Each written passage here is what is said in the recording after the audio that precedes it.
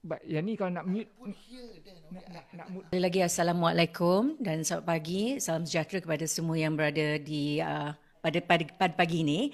Pertama sekali saya mengucapkan ribuan terima kasih kepada Finas yang menganjurkan program iTalk, dan pastinya jutaan terima kasih kepada semua yang telah register menerusi email dan juga register daripada kita ada student-student daripada ITM. Terima kasih kerana sudi bersama kami dalam program pada pagi ini.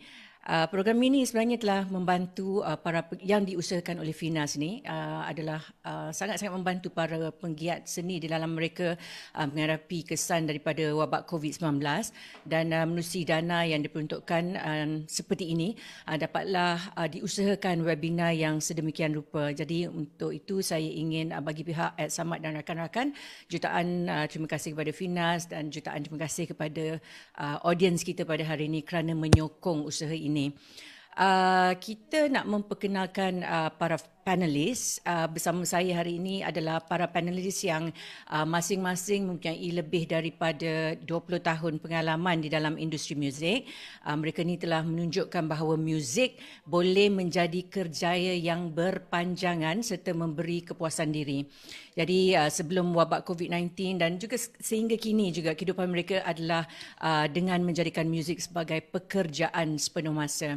Mungkin saya boleh perkenalkan panelis-panelis kita pada hari ini. Saudara Aidit Alfian, seorang pemain gitar, komposer, producer, mula mencipta lagu di usia remaja. Di usia remaja, sekarang pun masih remaja lagi. Pemenang anugerah juara lagu ke-17 pada tahun 2002. Dan kita ada, saya panggil dia Godfather, suara dia memang memukau, saudara Alpha Buti, pemuzik, pengubah muzik, producer, music director. Dia memakai topi, macam-macam topi dia pakai. So beliau terlibat di dalam muzik rakaman di usia remaja juga bersama daripada usia remaja. Dan kita ada Shah Slam, artis, gitaris dan juga music director, terlibat di dalam muzik rakaman juga di usia remaja bersama kumpulan Exist. Mula dengan kumpulan Exist, kemudian dengan kumpulan Slam. Dan kemudian kita ada saudara Ed Samad, penulis lirik, dan beliau mempunyai lebih daripada 400 buah lirik yang telah disiarkan. Juga pernah memenangi anugerah GAH di satu anjuran RTM dengan lagu Ketentuan yang dinyanyikan oleh Ramlah Ram pada tahun 2008. Jadi hari ini kita nak bercakap tentang webinar ini. Dan untuk itu mungkin kita boleh, kita akan berikan kepada empat segmen lah ya, empat structure kita punya discussion.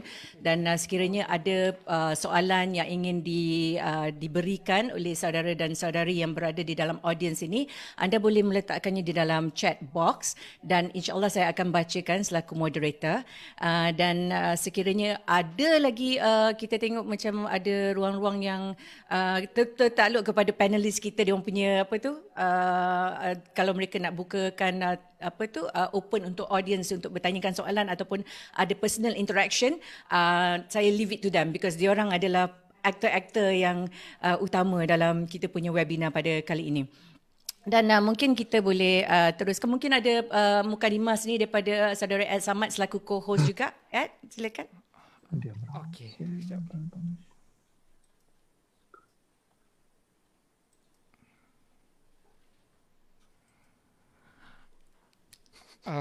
Assalamualaikum warahmatullahi wabarakatuh.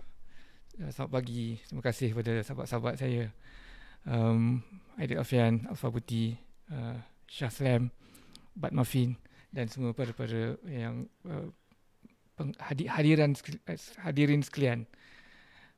Dan terima kasih juga kepada pihak Finas yang membantu para penggiat seni tanah air dengan mengadakan program iTalk webinar Creative at Home. Dan kepada para hadirin sekalian, terlebih dahulu saya nak beritahu bahawa kita buat rancangan program ni, kerjaya dalam industri muzik ni, kerana pada saya merasakan secara peribadi dan apa yang saya lihat daripada kawan-kawan saya bahawa kerjaya dalam industri muzik, berkerjaya sebagai seorang pemuzik boleh menjadi satu kerjaya yang berpanjangan. Dan kita kena ada beberapa guideline untuk pathway, hala tuju tu untuk menjadikan muzik sebagai kerjaya kita yang berpanjangan. Itu dalam mukadimah buat sementara waktu. Saya kembalikan balik pada Dang Suria Zainuddin. Okey, terima kasih Samad. Okey, kita nak dengarkan juga say hello pasal at the same time kita nak tengok daripada Alpha Buti, Sadar Alpha Buti, mungkin boleh say some hello. Welcome sikit kepada kita punya audience hari ini dan apa yang kita boleh expect daripada kita punya session ataupun simbang-simbang kopi pagi ni, Alpha. Okey, mula-mula sekali saya nak ucap terima kasih pada saudara Ed Samad kerana menjemput saya sebagai salah seorang panelis untuk hari yang daripada pagi ni kan sampai kita habis nanti. Mula-mula itu nombor 1, dan nombor 2 saya ucap terima kasih dan tahniah kepada semua yang join webinar kita hari ni. Benda ni julung-julung kali kita dapat buat. Terima kasih kepada Finas juga kan juga. Jadi kita harap semangat kita akan berpanjangan sehingga habis webinar ni. Semangat intuition and bermotivasi tinggi untuk selesaikan hari yang indah ni. Harap-harap semua belum dah sarapan, kita belum sarapan lagi. Saya belum sarapan lagi. Jadi kalau boleh nanti kita chill-chill je. Ada soalan macam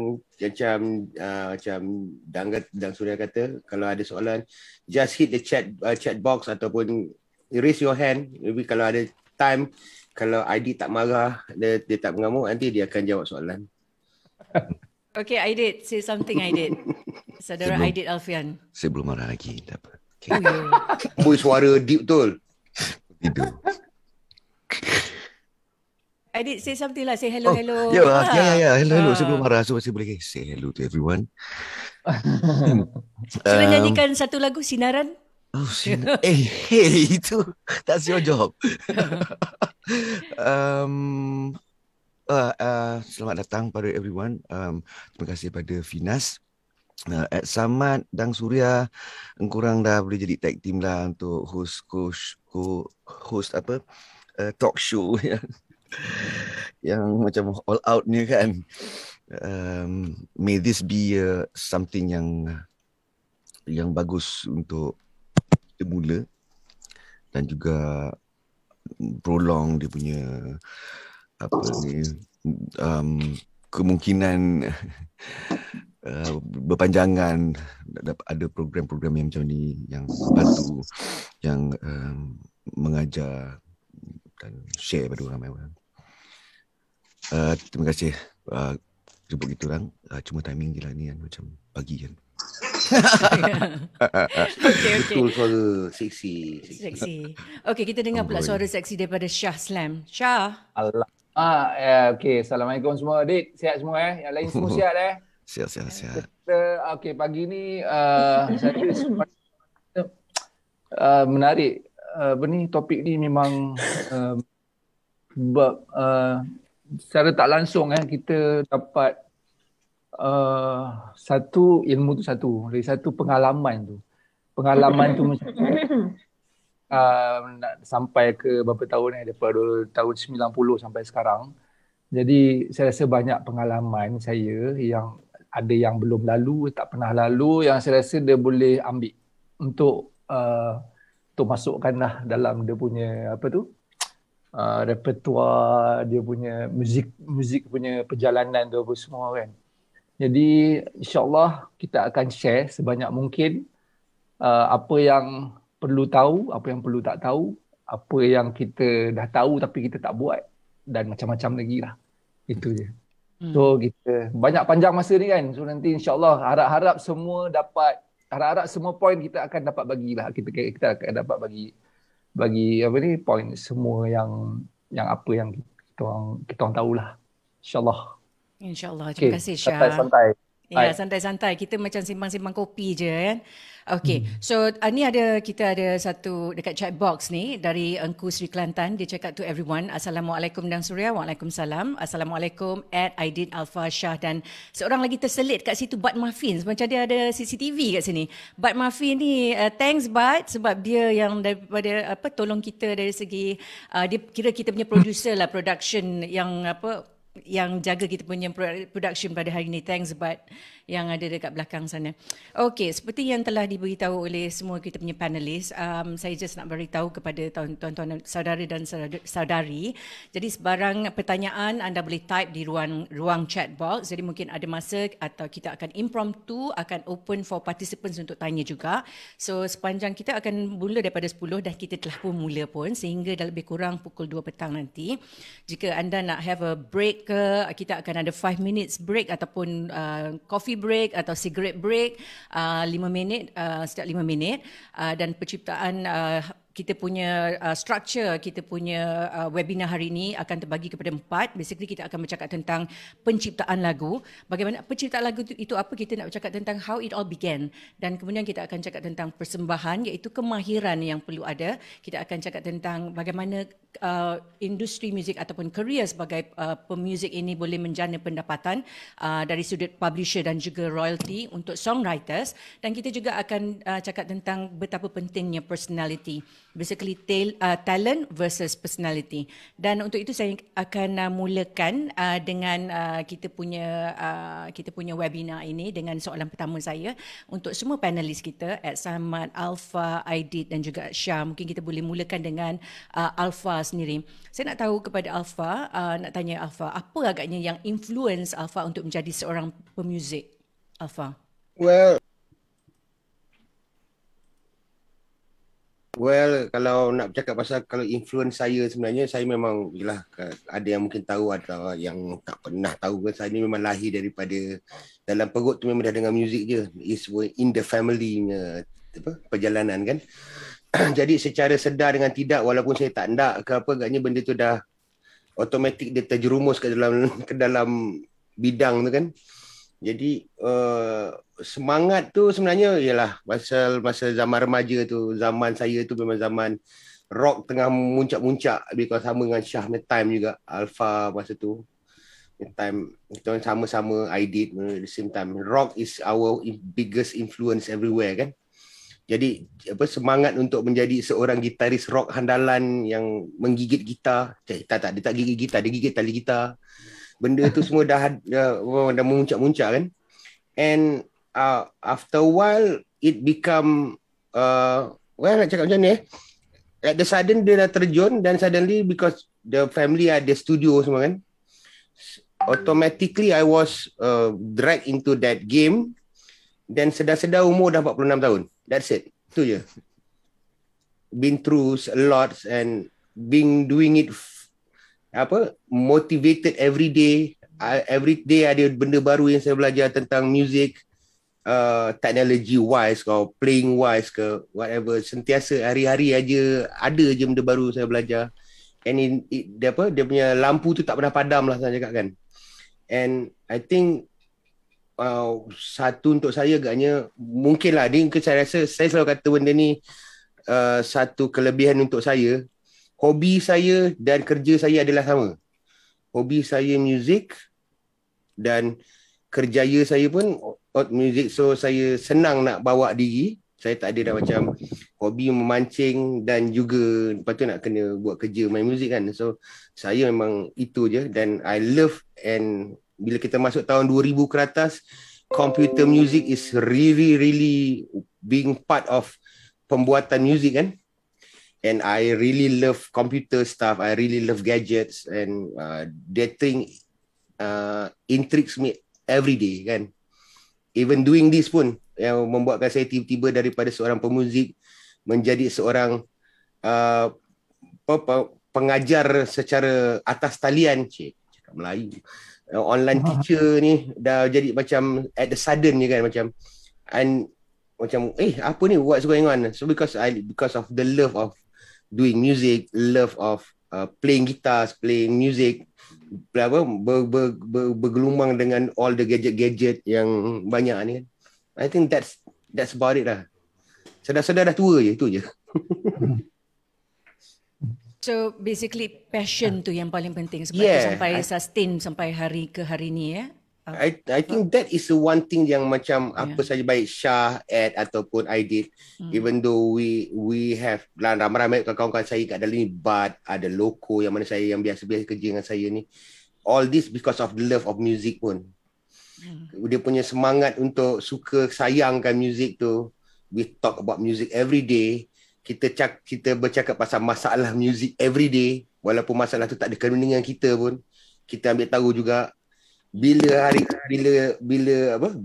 birthday John Mayer pun kita ambil tahu. Kelakar tau. Itu that is something macam, well, itulah dia punya passion lah. Betul lah tu. Okey, bagaimana pula tentang dengan Aidit? Apa yang boleh membuat Aidit menjadi pemuzik sampai sekarang? Bagaimana permulaannya kerjaya Aidit Alfian? Dari Aidit yang sekolah VI jadi Aidit yang jadi seorang pemuzik. Macam mana bagi saya? Macam mana saya start ke? What makes me still want to do it? Bagaimana? How it all began untuk Aidit Alfian? It began, saya tak lahir dari family yang cik makan muzik. Tapi I guess my parents memang suka muzik, selalu dengar lagu dari kecil lah. Tapi saya main gitar pun umur 12 tahun. Saya sebenarnya jadi footballer. main bola untuk Manchester United. Tadi it's been boy senyum Syah. Syah sama tu tak Syah? Tapi lah the appeal of football tu kuat. Cuma music tu it has always been ingrained.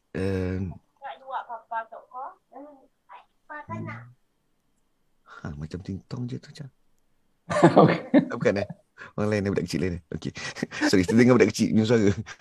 Saya request Abang Aidit cakap kuat sikit Abang Aidit. Apakah itu suara saya? Saya request Abang Aidit cakap dengan nada yang lebih tinggi sikit, key tinggi sikit. Hello. Abang Aidit terlalu romantik sangat. Tak clear tadi. Saya takut saya tertidur Abang Aidit. Alamak. Kalau romantik lain kan, dia tak tidur. Okay, apa ni tadi? Yelah, dia tarikan muzik dan tarikan football.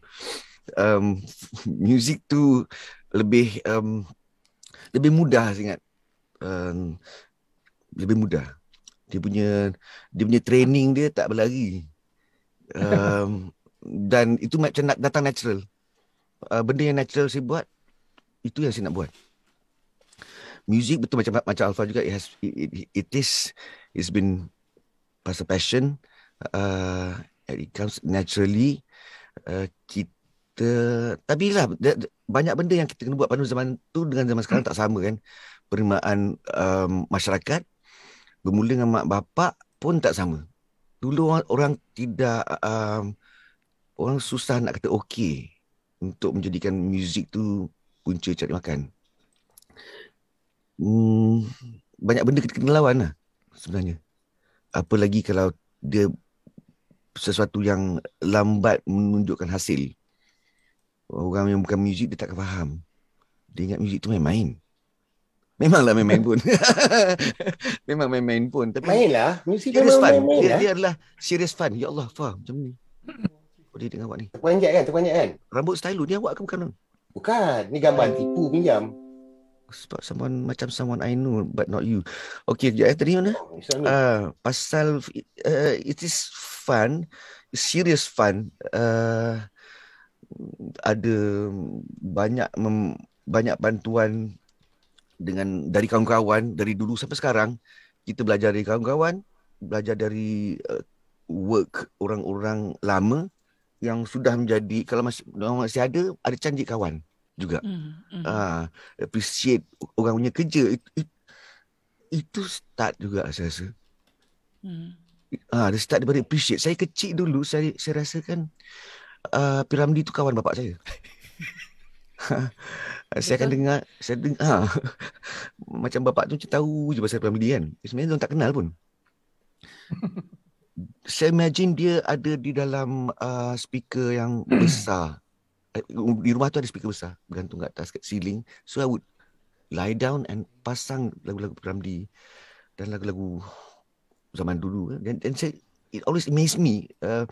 Macam mana orang boleh buat macam ni punya cantik, sesuatu yang cantik Macam mana dia boleh plan? Itu saya rasa harus ada sampai sekarang. You have to learn and you have to unlearn. Because being a budak tu, yang nak budak tu, nak kena ada that budak in us, in awe, curious. Saya rasa itu perlu. Itu antara yang membuat saya, saya rasa itu juga antara membuat saya masih in love dengan artnya tu. Mendengar, appreciate orang, buat, try to appreciate diri sendiri barang. Banyak kena belajar dengan Alfa, dengan Syah, dengan Ek, dengan Bad. Yang ada kat sini je pun. Ini memang orang-orang yang memang antaranya yang lain di luar kan. Yang di luar webinar ni. Itu kawan-kawan. Okey, kita akan cakap tentang sumber inspirasi sekejap lagi. Tetapi nak tanya pula kepada Syah Slam. Kalau kita tengok macam in fact dekat dalam chat box tu ada orang tanya adakah Alpha Booty ni from the family of the Booty Boys, dan I think Alpha pun dah jawab kan. So it's always bagi Alpha untuk berkecimpung ataupun to be orang sebagai seorang artis adalah it's very natural sebab ia telah dibesarkan dalam suasana dan environment keluarga yang memang semuanya artis. Tetapi bagaimana macam Aidit kita dengar tadi is a bit difficult dan bukan satu yang proses yang natural. Kalau dulu saya rasa mungkin I don't know sebab saya bukan seorang pemuzik ataupun seorang dalam industri. So kalau kita tengok macam even cerita ibu mertuaku tu pun nak kahwin dengan seorang ahli muzik pun akan dapat tentangan. It's not something yang lebih senang. Bagaimana mungkin berbeza dengan sekarang. So because now parents sekarang melihat musician tu is as a career. Bagaimana pula dengan Syah membesar untuk menjadi seorang musician? Bagaimana pula liku-liku ataupun how it all began? Kita tahu Syah daripada Exist kan. Mungkin Syah boleh ceritakan sedikit secara ringkas bagaimana Syah sendiri bermula. Ya. Okey, sebenarnya saya bermula dengan angan-angan je sebenarnya. Itu dia. Itu saya punya vision yang terbesar sekali dalam saya punya penglibatan dalam bidang muzik start daripada angan-angan. Memang real punya angan sebab masa saya sekolah dulu, kalau saya punya perangai bila saya buat tu, kalau saya nak saya akan buat betul-betul. Okey. Jadi ada satu masa tu tak tahu kenapa saya boleh berangan nak jadi gitaris. Saya berangan nak jadi gitaris, saya berangan nak main gitar atas stage. Siap bayangkan dalam mimpi orang beribu-ribu depan main gitar tapi tak tahu apa. Berangan kan apa semua. So start daripada tu saya terus influence apa yang saya dengar. Saya dengar start daripada dengar apa nama band tu lead yang besar-besar tu. Apa dia? Bunny M. Bukan tak start dengan Deep Purple, sorry lah. Deep Purple semua saya tak dengar start daripada tu. Saya start dengar gitaris. So start dengar Joe Satriani, sebab tengok orang punya Steve Vai, Malmsteen lah apa. So daripada situ baru kita dengar daripada band-band yang lain apa semua. So start daripada angan-angan tu, daripada angan-angan yang besar tu, terus saya buat benda yang kecil dulu. Belajarlah. Kan, belajar gitar dekat brother ni, dekat saudara kat Singapura belajar, pinjam gitar dia ni, pinjam gitar ni. So dia punya proses dia tu memang tak sama lah dengan apa yang ada sekarang, dengan fasiliti yang ada sekarang dekat Malaysia ni apa semua kan. Tapi dia punya tak tahu peluang tu saya tak tahu dapat tu lah, mungkin rezeki kan. Bila kita start dengan minat, sebab tu kalau kita nak buat benda ni, kita ada minat yang dalam. Minat tu memang penting. Kalau tak ada minat, dia akan jadi separuh jalan. Satu jadi hobi yang bukan boleh jadi kerjaya, satu. Dan dia akan berhenti separuh jalan, cepat putus asa. Itu je. Itu sebab kita ada minat, betul-betul minat, kita ada kena fokus. Kita tahu kita nak apa. Itu je. Kita nak buat apa. So lepas tu benda tu fell in place lah kan. Jumpa orang ni apa semua. So jumpa dengan Johan Aziz. audition lah apa semua. So jumpa pula kawan-kawan yang bagus-bagus, budak-budak Aziz apa semua kan. So dia punya nampak dia punya persaingan dalam band tu yang sihat tu nampak macam cantik je dia punya pergi apa semua kan.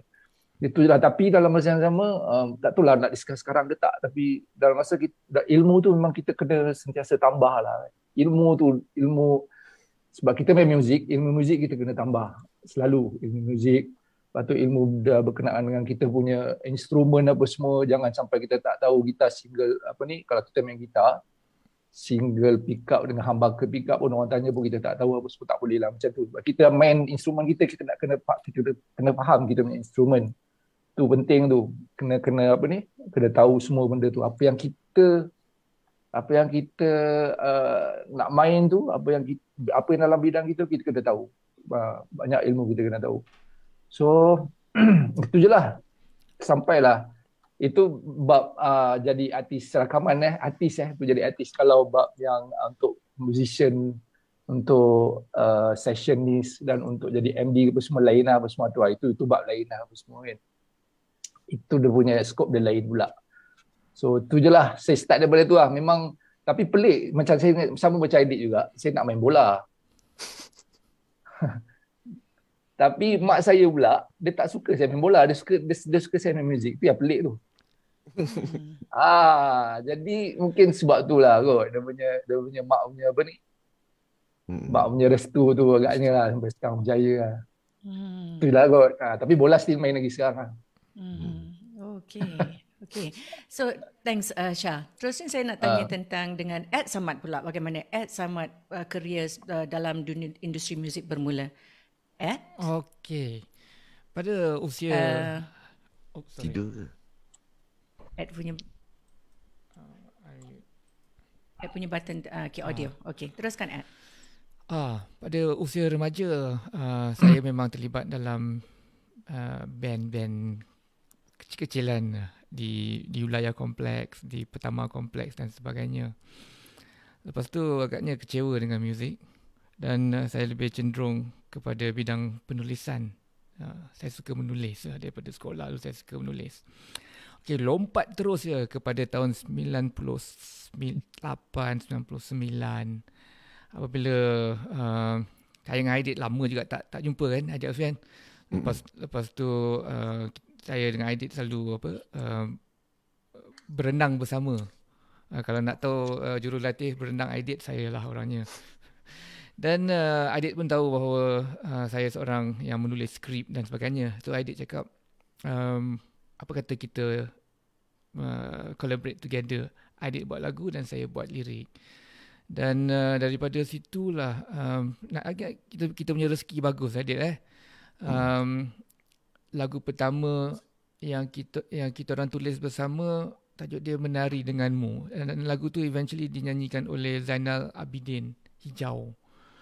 Itu lagu pertama yang kita tulis together, dan lagu tu dirakamkan setahun dua kemudian.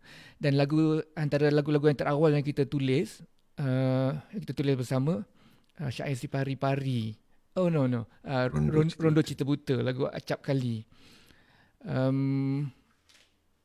Ini dalam 5 ke 10 lagu yang pertama kita tulis together. Dan lagu Acap Kali itu, Rondo Cita Buta tu, apabila didengari oleh Firdaus Mahmud yang merupakan seorang producer untuk Amir UK's album, dia dengar lagu tu, dia minat dan dia guna pakai untuk album Amir yang pertama. Dan rezeki saya dengan Aidit, kami bertuah. Awal-awal pembabitan kami berdua secara profesionalnya terus dah mendapat lagu hit. Lepas tu ada lagu Syair Si Pari-Pari, tu ada lagu Duhai Malam, dan lagu-lagu kita yang awal tu memang kena lah. Seolah-olah kata orang putih, the universe conspire untuk menjadikan kita berjaya. Dan kerana besarnya lagu-lagu Rondo Cita Buta, Syair Si Pari-Pari itu, maka dia membuka banyak jalan dan laluan untuk kami berdua. Dan dalam masa yang terdekat tu pun Aidit pun memenangi anugerah juara lagu ke-17 tu. Maka rezeki kita orang pun memang bertambah-tambah terbuka lah. Ingat pasal mula-mula bila saya lagu kita dah mula keluar Acap Kali tu, saya dipanggil abang Acap Kali. Lepas tu Syaiz Pari-Pari, Syaiz Pari-Pari, itulah permulaan bagaimana kolaborasi antara saya dengan Aidit. Okay. Kita nak tanya tentang, balik kepada Alpha lah. Alpha, mungkin Alpha boleh ceritakan tentang lagu pertama yang dicipta atau bagaimana permulaan untuk mencipta itu. Mungkin Alpha sendiri boleh take us through the process of penciptaan sesebuah lagu.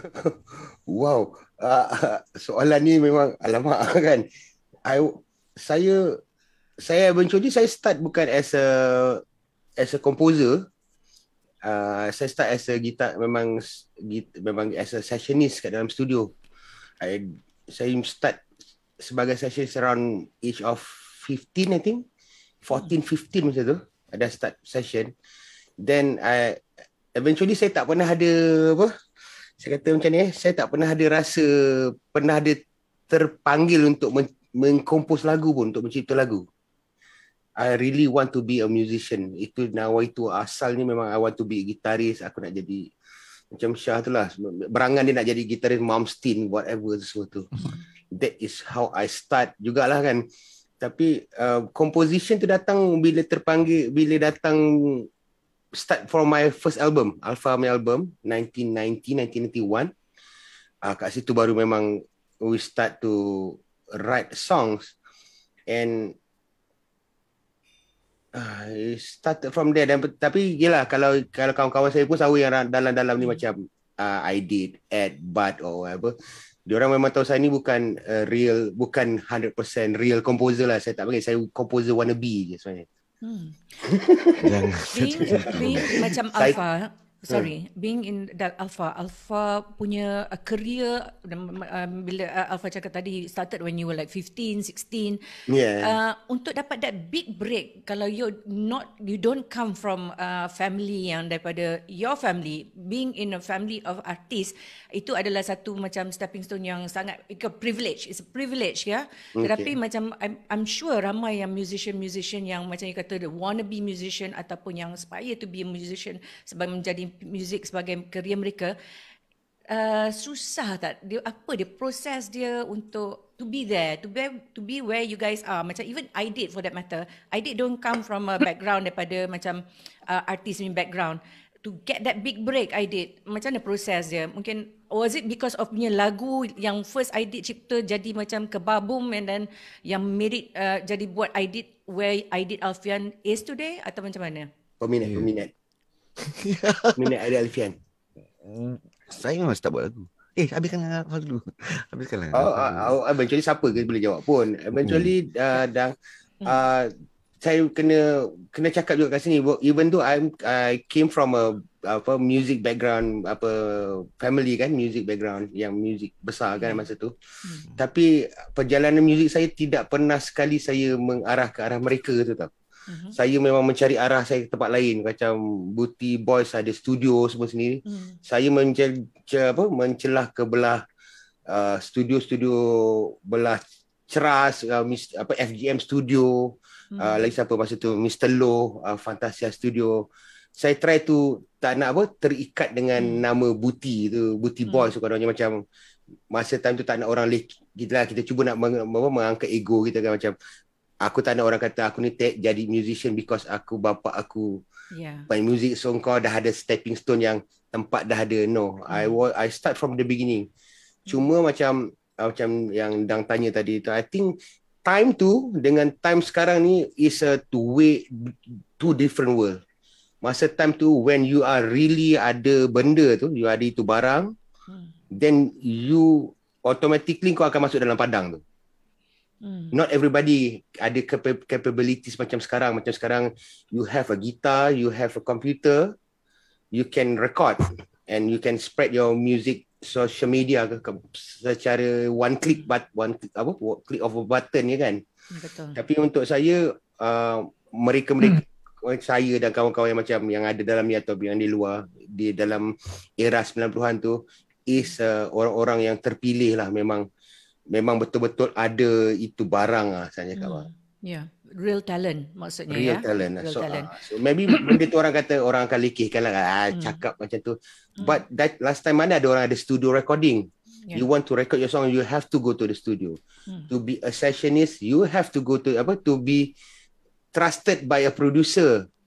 To be called to play for their songs or their product kan. But it's not that easy kan dia Lepas tu kat studio pula kata kita player tu kita ingat cek kerja. Ada Mangkidal, ada Samad. Kita punya lawan-lawanan dia tu besar-besar. Hillary. Itu Aznan Alias punya cerita. Ya. Adit, cerita sikit Adit. Pasal apa? Pasal tu lah. Pasal tadi sampai dah terlupa dah. I know. Adit? Where? Tadi, is it for my case? Yeah. In my case, apa yang telah berlaku adalah saya ni sebenarnya macam kawan-kawan tu nak jadi guitar player. Tapi saya tak ada duit nak beli gitar elektrik. Saya main gitar memang akustik gitar di mana I was 12. Dia 6 saya main gitar. Tapi tak ada elektrik gitar. Dan saya memang nak jadi session player pun sebenarnya bukan songwriter. We all are. Gitar tu punya tarikan sebenarnya Allahu Akbar. Sampai sekarang sebenarnya sakit jiwa dia tu. Dan dia punya passion tu and love and whatever. So saya ni saya berkenalan dengan Azanil Ahmad. Azanil Ahmad ni adalah Zahid Ahmad ataupun Yazid Ahmad Search Arwah punya adik. Nama dia Az. Jadi saya dah berasa satu band dengan dia. Kenapa? Yeah, I remember him. Dia masa tu dia tinggal dengan abang dia lah dengan Abang Zahid. Di Highland Towers I think. Yes. Highland Towers. Jadinya dia cakap, Did kau buat lagu lah Did. Boleh simpan duit beli gitar. Saya buat lagu. Saya hantar pada Abang Zahid yang mengenalkan saya pada Abang Norman Abdul Rahman yang main bass tu. Abang Norman Abdul Rahman ni dia telah bekerja dengan Abang Roslan Aziz sebagai publisher untuk publishing house dia yang namanya Music Works. Music Works punya office ni situated di di studio Baby Boss masa tu. Di Damansara. Jadi saya kena jumpa Abang Norman every week dan kasih dia berbelas lagu. That's what I did. Saya buat lagu, record kaset, elok-elokkan, hantar pada almost every week saya pergi sana, hantar naik motor. So satu harinya, lagu saya diambil oleh JJ. Kerana Abang JJ tu datang praktis dekat Baby Boss. Lepas tu Abang Norman kasih dengar. Jadi lagu tu somehow kat pendekkan cerita. Jadi second single untuk JJ. Dia tak meletup macam mana. Tapi dia second single. Album tu keluaran Warner. Ramai juga. And the second song yang keluar adalah Cita dan Air Mata by CRK. Tu lagu tu memang meletup lah. Div, lagu JJ tu what year is that? The Itu, first song I think 1990 or 89. Okay, it must be 1990 or 89. or 1991. 1991. Saya rasa 1990 lah. I must be 21. Berapa banyak lagu awak buat sebelum dia yang semua sampai keluar radio benda? Belum sampai Cinta Air Mata lah. Mau macam saya rasa adalah macam 40. At least saya ada macam ada banyak lagu jugalah maksudnya kan. Kita katalog jadi, yang penting tu katalog tu bukan apa sebenarnya. Antaranya yang bagus bila ada katalog itu memang bagus. Jadi kita ada choice nak kasi orang banyak lagu apa. Cuma yang penting tu to get your motor running. Your motor, your inner ini practice yang dalaman. You are always writing dan record apa yang you always come up with melodies tu. Lagu tu selalu buat kita jadi tak ada risau. Kita boleh tengok balik lagu aku hari tu semalam aku buat macam ni punya kan. Masa buat tu mungkin kita rasa lagu tak best, tapi besok kita tengok best. Ada chance lah. Jadi kita ada confidence. As a songwriter, the tools as a songwriter tu adalah yourself. Yourself. Yang kita kena apa? Bikin tu lah kita. diri kita, yang jadi confident, yang banyak suka buat, suka pada mood macam ni nak write, suka untuk study. Banyak benda lah sebenarnya yang ada kat situ. Cuma untuk menjawab soalan Dang tu, lagu CRK tu. Jadi I got it easy. Easy kerana saya kenal orang-orangnya. Saya dikenal somehow, Allah Ta'ala takdir begitu. Dan takdir juga saya rajin. Kalau saya kenal orang tapi saya tak ada barang, tak guna juga kan. Kerana So basically you perlukan luck. So kira you were lucky also. lucky is in the sense of saya dah dijadikan begitu. Saya tak boleh jadi begitu kalau saya bukan macam tu. Saya dijadikan macam tu. Saya jumpa dengan Abang Norman, dengan jumpa As, lepas tu Abang Norman, lepas tu sudah kenal JJ. Itu masa awal-awal. Jadi terkejut juga kan lagu jadi macam tu. Hit pula kerana kenal dengan Man Kidal. Man Kidal tahu pasal saya kerana dia pernah rekod lagu JJ tu. Bila dia kenal, dia tahu lagu saya yang JJ produce lagu dia sendiri. Jadi Man Kidal main gitar. Lepas tu dia tahu saya ni Arab yang kenal saya sebenarnya. Arab yang brought me to Man Kidal. And Man Kidal yang mengusahakan lagu-lagu saya. Saya belajar recording dengan Man Kidal. Producing. Buat kerja di studio dengan dia. As a writer. Eventually, yang saya beli gitar elektrik, saya buat Arab. Saya join Arab lah dalam Arab Edit tu. Dalam album tu pun banyak juga lagu saya. Sebab saya masuk setelah ada beberapa lagu lain. Patutnya Arab tu solo album. Yang hit ke bukan lagu saya. Tapi ada banyak lagu saya dalam tu. Terima kasih. Deep. Okay. Syah, Syah nak menambah, Syah? Proses untuk Syah pula. Syah punya audio, Syah. Okay, apa ni saya tertarik dengan Aidit cakap tadi tu yang berkenaan dengan luck. Okay. Sebenarnya kalau macam lah, kalau nak fikirkan luck tu memang dia punya percentage dia memang sikit lah. Tapi sebenarnya luck tu mungkin itu dipanggil peluang tau, peluang biasa orang akan offer dekat orang yang sepatutnya, faham tak? Jadi kalau dari segi dalam kejaya dalam industri muzik ni kan, kalau benda yang di-offerkan tu dia tak boleh buat, satu orang takkan offer. Okey, satu orang takkan offer dia. Jadi maksudnya dalam kes ID ni, orang dah nampak dia punya potential, dia punya ni apa semua dan di-offer. Dan kebetulan pula yang di-offer tu ada kawan-kawan yang dalam industri.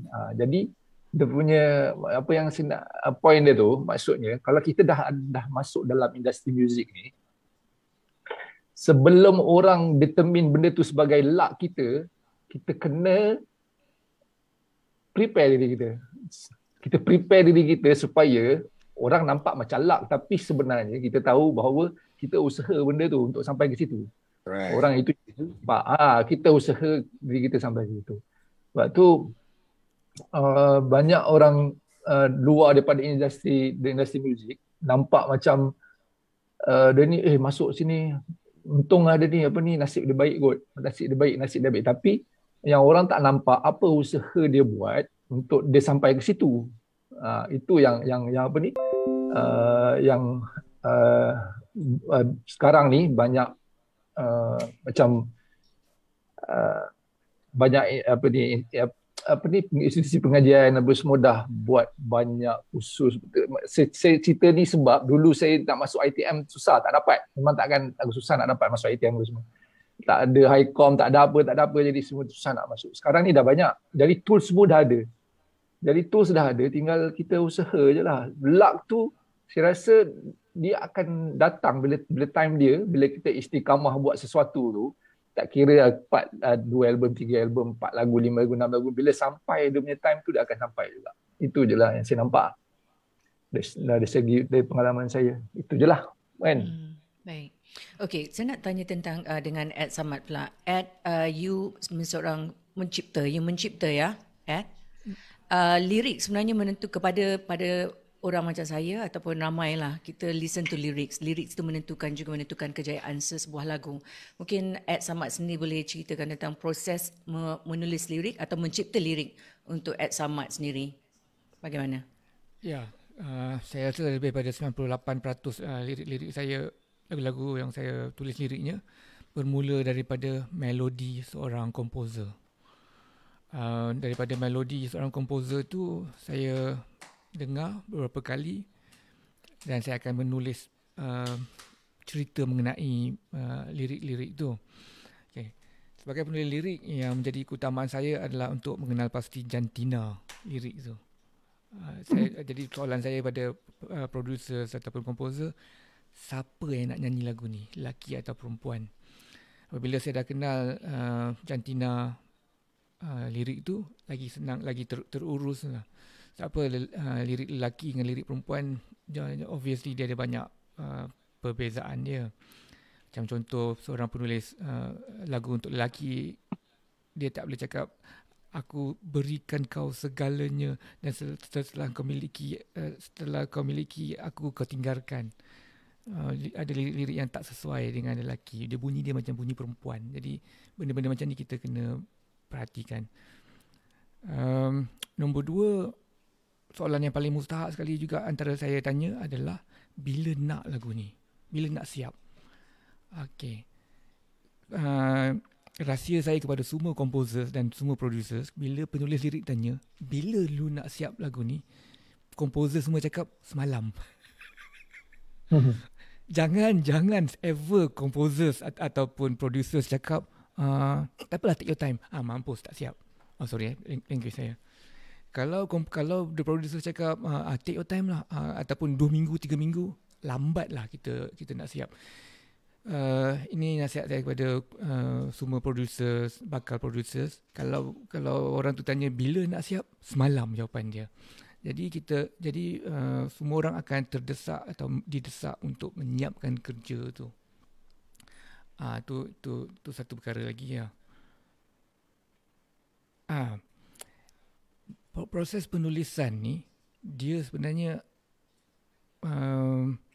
ada 2 perkara yang paling utama tau. Nombor 1, apa benda yang kita tulis sekalipun, bahan penulisan tu telah berada dalam diri kita belasan atau puluhan tahun yang lalu, ketika dari kita zaman kanak-kanak lagi.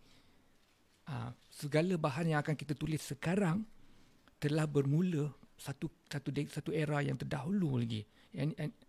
Dan itu nombor 1. Dan apabila kita membuat pilihan untuk menulisnya, kita duduk di meja atau kita di mana-mana, dia adalah satu proses untuk memanggil balik segala memori yang kita ada, pengalaman yang kita miliki, baik dengan mata sendiri ataupun dari pembacaan ataupun daripada curi daripada kata-kata kawan-kawan.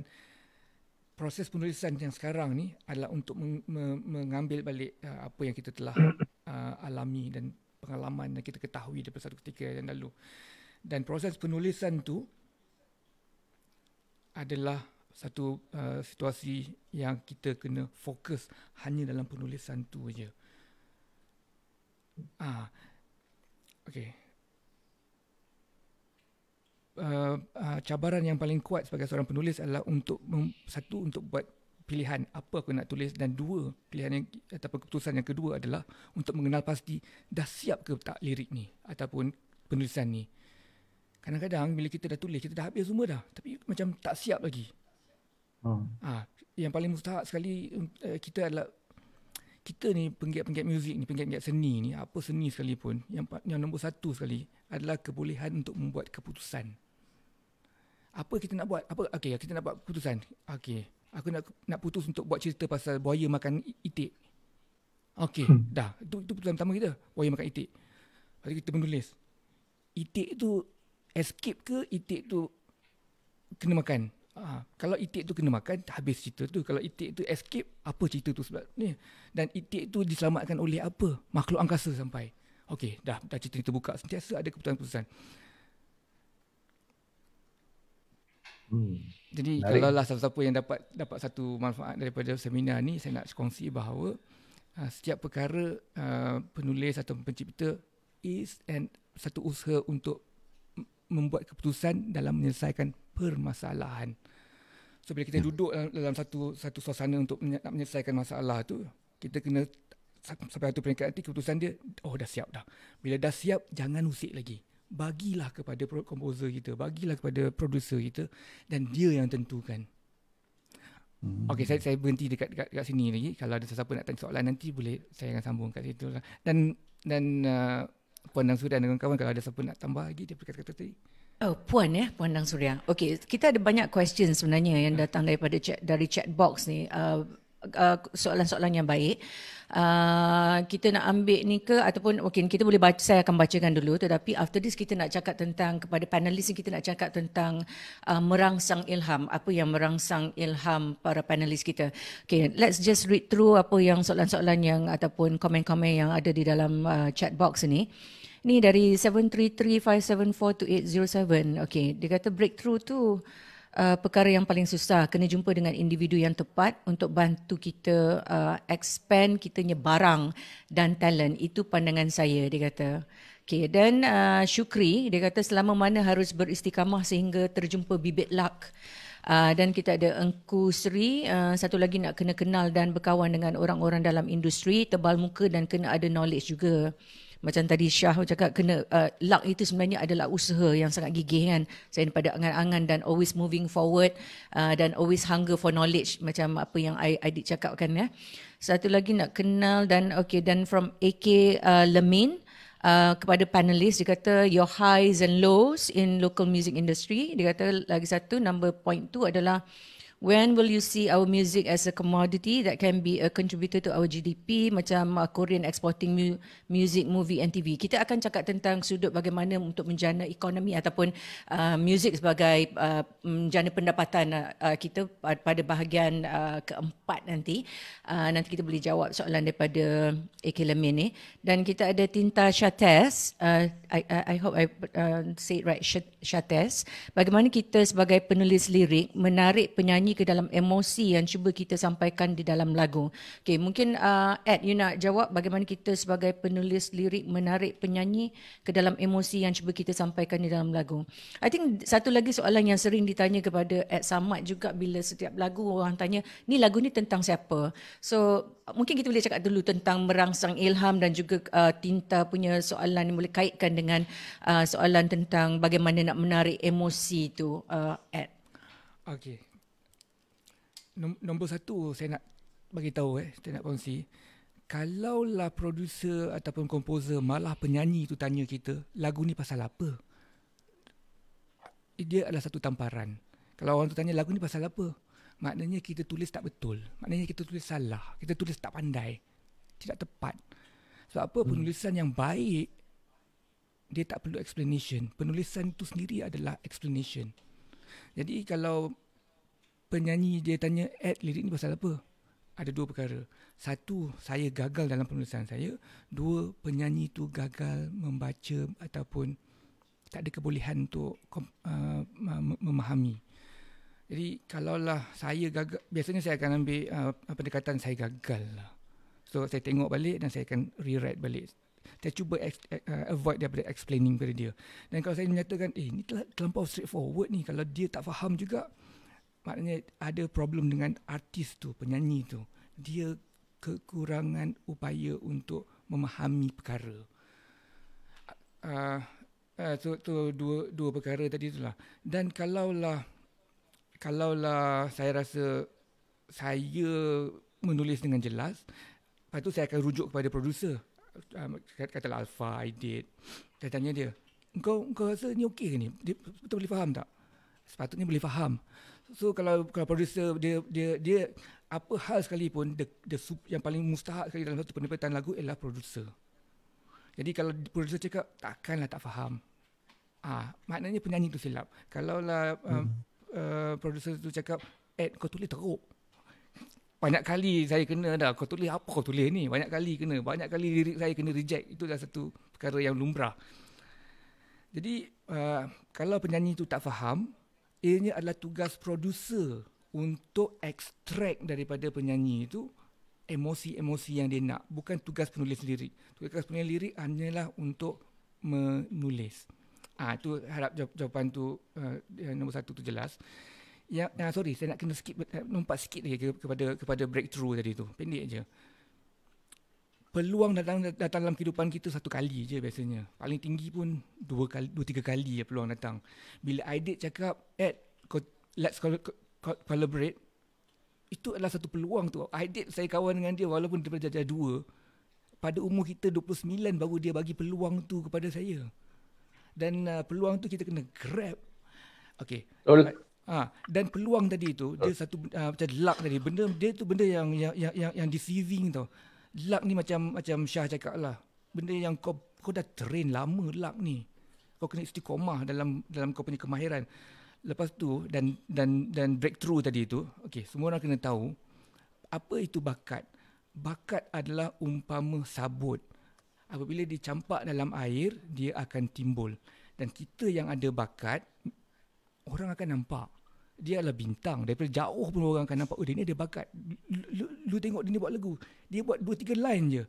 Pam! Kita dah nampak dah. Dia tulis satu perenggan je. Pam! Kita dah nampak dah. Kerana bakat adalah bintang dan bakat apabila berada di air, dia akan timbul. Terima kasih. Okay. Kagum dengan Ed Samad tu. Okay. Ed, selalunya kalau macam bagaimana pula dengan Aidit Ilham Aidit sendiri? Mungkin macam kalau kita tengok macam ramai artis-artis baru sekarang ni, diorang write about Twitter diorang. Bagi Aidit Alfian sendiri, apa yang merangsang ilham Aidit? Ya, Aidit Alfian. Yang sepatutnya artis tu sendiri yang merangsang saya. Maksudnya ilham saya. Saya mesti kalau itu satu yang saya nak buat, saya mesti boleh datang ilham bila nak buat untuk dia. Maksudnya artis tu kena interesting pada saya. Jadi saya akan melihat mana angle, sudut yang interesting, sudut yang menarik untuk saya nak buat dia ni. Nak buat dia macam mana pula. Macam tu. Jadi itu adalah satu lebih senang faham. Melihat penyanyi tu, apa yang kita nak buat yang buat dia nyanyi sedap atau nyanyi interesting. Maksudnya, jadi kita kena lihat dia punya range, satu hal. Range vokal dan juga range topik. Apa dia nak cakap. Orang tengok penyanyi atau orang dengar lagu, sebenarnya sudahnya dia nak tahu penyanyi siapa. Jadi dia nak tahu penyanyi itu siapa sampaikan sebenarnya dia nak tahu karakter orang ni macam mana sebenarnya. Pada saya sekarang ni bila dah terlalu banyak interaction between penyanyi dan peminat, boleh bunuh juga interest peminat tu pada penyanyi. Sebab dia tak ada apa orang kata tu, misteri. Curiosity orang tu dah tak kira dia tak eksklusif lah tak eksklusif. Ada orang, ada penyanyi suka nak dekat peminat macam tu sekali. Jadi peminat kenal dia as a person, tetapi sebagai penyanyi yang berkarakter dalam nyanyian dia, tak cukup. There is so much you want to say dalam Instagram probably, Facebook. Penyanyi tu I'm talking about penyanyi. Tapi dalam lagu dia, nothing interesting. Mungkin dia akan ada opinion terhadap apa yang berlaku seluruh dunia lah, tentang salah satu insiden, satu event, political event even. Tapi bila lagu dia, tak ada apa-apa, not much to say. And kalau ada benda nak cakap pun, tak cukup, tak keluar karakter dia tu. Bagi saya, karakter tu penting. Bagus nyanyi, kalau kan syariat menyanyi tu, pitching lah, tone lah, sebutan lah. Pada saya interesting tu karakter tu hidup. Lagu tu hidup dalam karakter penyanyi tu. Kerana arwah Sudirman akan menyanyikan lagu tu karakter dia. Dan lagu tu hidup. Agaknya kalau Bob Dylan boleh nyanyi lagu Melayu, dia nyanyi lagu Sudirman, mesti style lu gila. Sebab style Bob Dylan nyanyi, tapi lagu Sudirman. Sampaikan salam. Okay, Dils, what do you think about, bukankah itu kerja seorang producer untuk menentukan karakter tu? Sebab saya producer juga. Dia kadang konteks tadi dan konteks seorang artis yang berkarakter kan. Artis tu tak ada karakter. Contohnya Ed Samad yang tak dia menari kan. Tapi kalau ada orang yang guide dia menari, itu pasal itu pasal bila ini new artist, macam sebab saya masa tu bila saya sudah jadi producer, saya nak kena jumpa dulu untuk buat lagu. Nak tengok nyanyian dia macam mana. Dan meneka karakter dia. Apa yang dia sanggup jadi dalam recording. Tapi as a songwriter, yelah, sebenarnya songwriter tu buat lagu dan tak perlu sangat tahu penyanyi tu pun boleh jadi lagu yang sedap, because probably it's not tailored for him. Lagu kita buat as long as sedap dalam range yang tertentu, macam lelaki punya range kan, perempuan punya range, kita kena tahu. Tapi ada yang range tak besar tapi nyanyi dia sedap, so kita kena buat lagu yang dalam range tertentu. Tapi yang apa kata, rousing the muse adalah penyanyi itu sendiri sebenarnya. Kalau saya tengok penyanyi ni, apa aku nak buat dia ni ya? Tu macam ni tak sedap juga, bukan mulut pun tak best, susah. Nanti jadi apa tahu, lagu yang bagus balik. Aidit, since Aidit ada dekat sini, nak tanyalah tentang salah satu lagu Aidit yang Aidit buat untuk arwah Siti Sarah, Ke Hujung Dunia. Mungkin Aidit boleh kongsikan tentang, since you talking about dia punya inspire dan merangsang ilham. Mungkin Aidit boleh ceritakan sikit tentang lagu tu, Ke Hujung Dunia.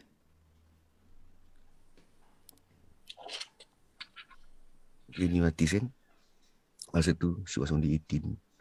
Saya jumpa dia pakai kurung, jumpa dekat rekod dengan bapak dia. Dia orang baru balik daripada majlis tahlil, nenek meninggal I think. Jadi kita kenal macam tu. Apalah color nak nampak daripada orang yang pakai kurung boleh tahlil. Sedih juga nenek meninggal. Saya ada lagu tu saya buat macam sketch. Macam tak ada note yang betul-betul sangat Hujung Dunia tu. Tapi saya tahu I had to write a pop song yang diorang kata nyanyian dia adalah Melayunya cukup, Melayu pop singer, tone sedap. Ini bayangan je. Dan dia ada R&B. Saya tak berani pergi R&B sangat. R&B lagu yang kita tahu pada satu punya ialah Unbreak My Heart ke benda kan. Kita nak melayukan R&B, ballad. Jadi sebenarnya kena, saya ada cerita, saya ada lagu yang sketch, yang duduk dengan dia, so dia nyanyi, nampak sedap dia. Walaupun lagu tu macam tak cukup sangat lagi. Lirik pun sebenarnya dah ada. Tapi melodi tu kadang kita buat macam contoh da da da di ti, tapi sudahnya jadi da da da da da. Macam tu je. Sudahnya asalnya da da da lali, sudahnya kita dulu tukar jadi da da da di, itu je. Depending on situation penyanyi. Jadi soalan awak tadi tu, saya rasa sejak jawab macam ni lah. Saya dah ada melodi dan saya work lagi dengan Siti Sarah. Lirik pun tak boleh macam, bukan present umur dia 18. Masa 18 ada canda budak tu nak pergi belajar jauh. Saya ada buat 2 lagu sebenarnya untuk dia. Dalam masa dengan nak rekod, satu Tinggalkan Diriku. Itu lagi saya rasa Tinggalkan Diriku tu lebih tepat dengan dia kerana saya dah mula kenal dia dan family dia, latar belakang character wise. Dan Siti Sarah tu recording dia dia serius.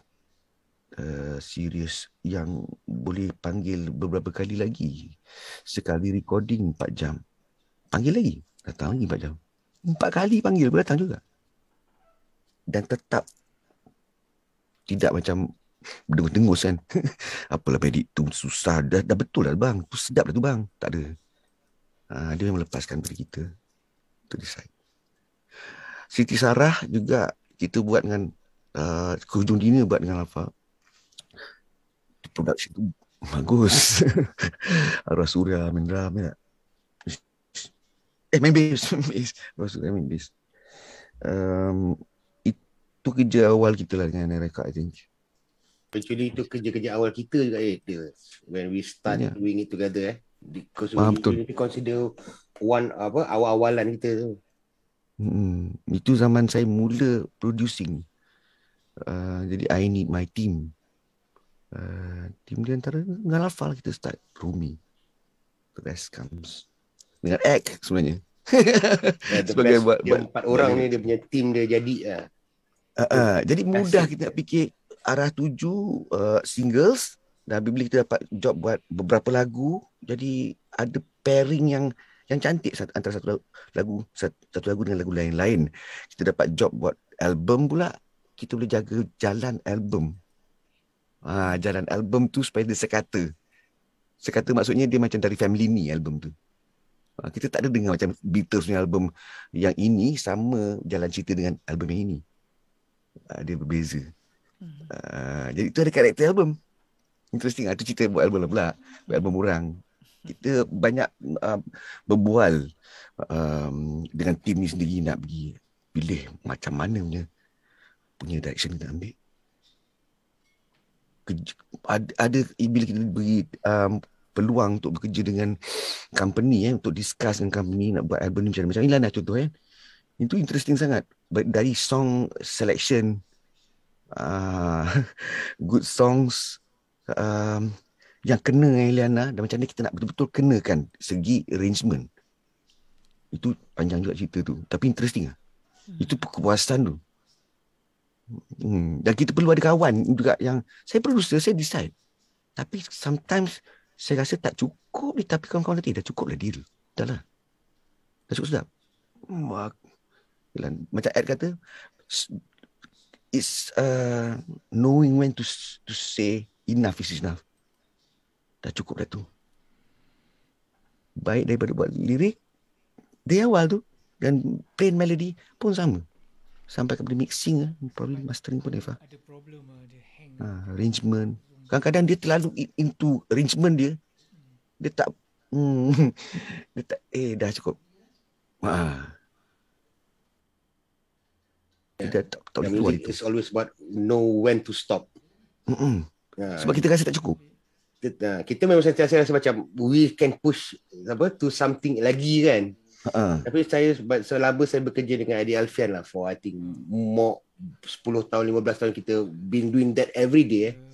The thing that I learn a lot from him is knowing when to stop. Betul-betul time ni okay we tarik handbrake kat sini, don't go more kan. Lagi pun kita ada seorang tukang pengarutan, Rumi adik saya, dia memang yang buat all the sounds, all the sound design, mixing. Selalunya dia ni, kita orang panggil dia memang tukang pengarutan. Dia selalu check in dengan kita orang supaya, okay, done. The music is stop there.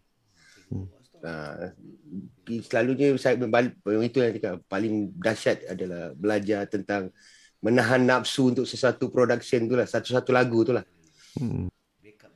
Jadi bahaya tu di situ. Bila Alfa ni banyak idea. Lepas tu Rumi pun ada banyak idea juga. Lepas tu nak jadikan benda tu macam gigantic dah pula.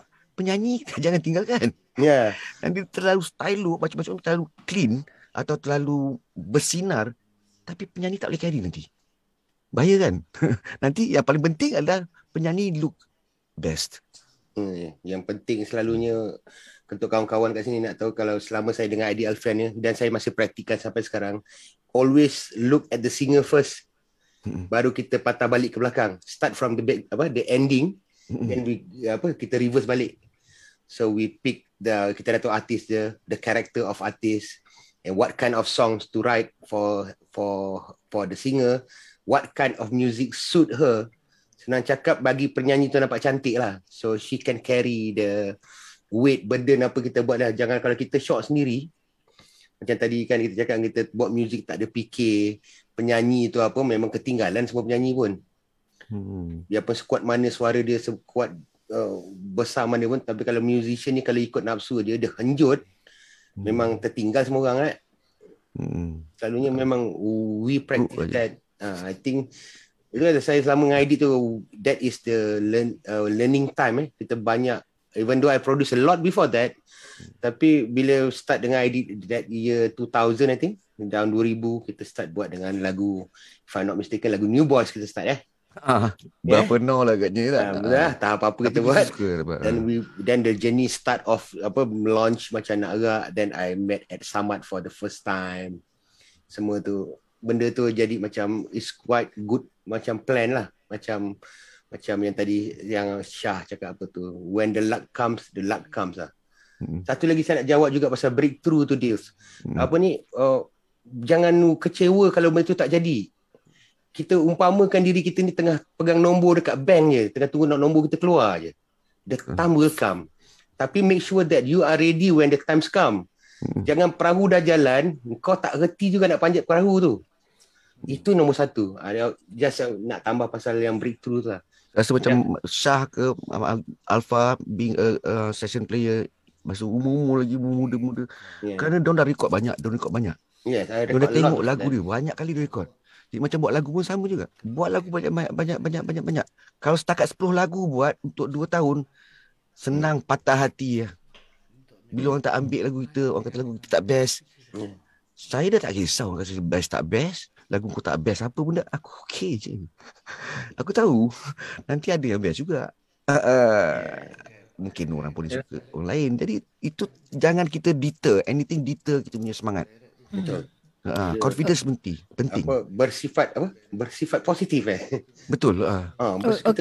Ya, okay guys, kita nak baca feedback atau komen yang ada dekat dalam chat box ni okay, ni dari masih lagi juga dari tadi Tinta Syates. Dia tanya, ada perbezaan antara producer guide penyanyi semasa rakaman atau penulis lirik guide penyanyi? Okay, dan ini dari Hazni Kasim. Setiap pekerjaan berhadapan cabaran dan tekanan tidak terkecuali kerjaya dalam bidang seni. Jadi apa langkah para panelis untuk berhadapan cabaran seperti burnout dan bagaimana untuk kembali on track bagi melengkapkan tugasan dalam bidang seni? Kita baca dulu semua feedback, nanti kita boleh, you guys can pilih yang mana yang nak jawab ya.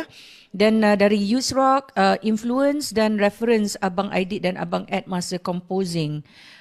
Damon Lee cakap kehilangan the mystic of the artist kerana terlalu banyak interaksi.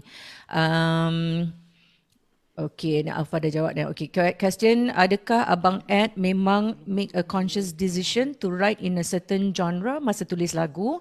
Meaning macam hari ni saya nak tulis a pop song such and such. Tinta lagi, kalau penyanyi tak ready, tak prepare sepenuhnya waktu recording, mungkin sebab schedule yang busy, macam mana nak handle the situation yang boleh menjejaskan proses kreatif? Engkau, zaman saya mula-mula kenal Aidit, terima kasih pada Cik Muhtaza yang menyalakan lampu NAR kalau tak silap. Soalan luar kotak, ni Kak Aisyah pakai crown Mak Diva. Soalan luar kotak ya, saya telah berkhidmat dengan MACP selama 29 tahun menghambakan diri dengan komposer-komposer dan penulis-penulis lirik dari yang baru hingga yang legend. Kini akan tetapi satu lirik pun saya tak boleh buat. Kenapa? Tak ada bakat. Tak ada bakat, kan? Farid Osman, apa antara rutin, sebenar atau ideal sewaktu menjalankan sesuatu projek kreatif? 2, apa antara cara yang dilakukan untuk menangani keraguan sama ada dari dalam diri sendiri atau orang lain? Okay guys, mana satu yang nak jawab dulu? Kita cakap tentang the process. Let's talk about the process daripada Tinta cakap tadi tentang proses sama ada berbeza antara producer guide penyanyi dengan semasa rakaman penulis lirik guide penyanyi.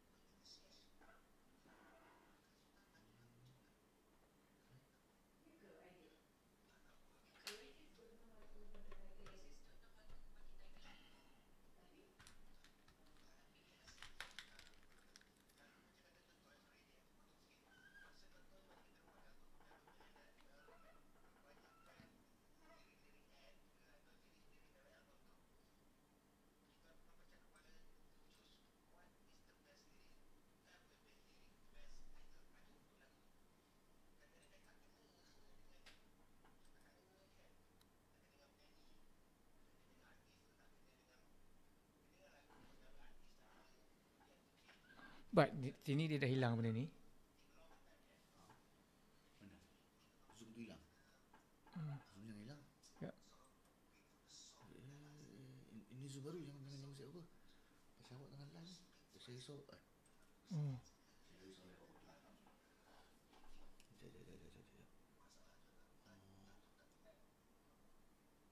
Itu Zoom. OBS awak dah stop So tu. Tak apa. Tapi dia masih lagi running kat sana kan? Zoom ni. Okay, macam ni. Macam ni. Okay. Sebab OBS ni dia pergi ke Facebook je kan. Okay, tak apa. So sekarang ni mungkin awak boleh keluar, boleh join balik lah kot. Pasal awak dah kat sini kan. Sini dah ada juga kan. Sebab sini connect ke Facebook je. So awak keluar balik, join balik live lah. Saya join balik kat mana tadi? Contoh Facebook awak. Facebook tu lah tak jumpa kat mana tadi ni. Okay. Ni more. More. More. Lepas tu? Event. Event. Event. Tu kat more. Okay tu. Tu create music. Okay, tekan tu. Alamak. Make live video. Set up live video. Ini video lain tau. Ini saya dah program hari tu. Ya, sekarang ni dalam tempat awak tu lah. Awak dah live awak dah habis dah ni. Cuba awak tengok. Mana Yang tu mana awak dengar? Yang ni daripada ni dia Zoom awak. Saya masih dalam Zoom tak putus lagi. Tu saya kata awak masuk balik Zoom sekarang ni. Okey. Okay, sekarang ni nak Zoom awak tak hidup. Sini punya Zoom tak hidup. Lepas tu? So awak kena login Zoom balik sini dulu. Login Zoom awak sini dulu. Ni masuk meeting awak tadi tu. Join meeting awak itu. Ni.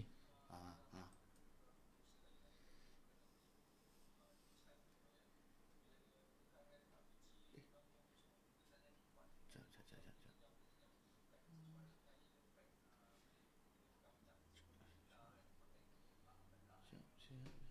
Kenapa dia tak?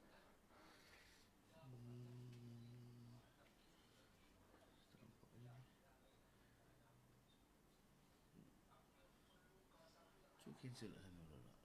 X. Lu? Tak ada pun. Patutnya boleh join lah ni.